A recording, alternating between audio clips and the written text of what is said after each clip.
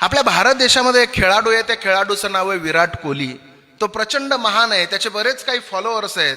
पण तो महान का आहे माहिती आहे का तुम्हाला? काय झालं बघा, 17 वर्षाचा विराट कोहली असताना, 17 वर्षाचा असताना तो रणजी ट्रॉफी खेळत होता. त्यावेळेस त्याचे वडील मृत्युमुखी पडले होते.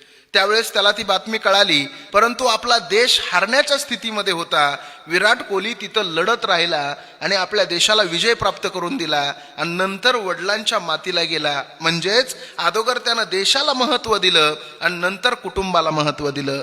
9 वर्ष झालं त्यानं मांसाहार सोडून दिलेला आहे.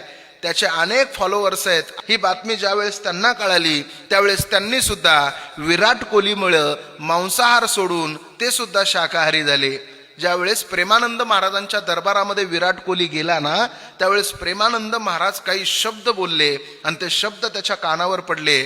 ते शब्द प्रत्येकाच्या हृदयामध्ये घर करून बसले. प्रेमानंद महाराज म्हणले की मी माझ्या दरबारात येणाऱ्या माणसालाच आनंद देऊ शकतो, पण तू असा माणूस आहे की तू संपूर्ण देशातल्या लोकांना आनंद देऊ शकतो. म्हणून विराट हा विराट आहे.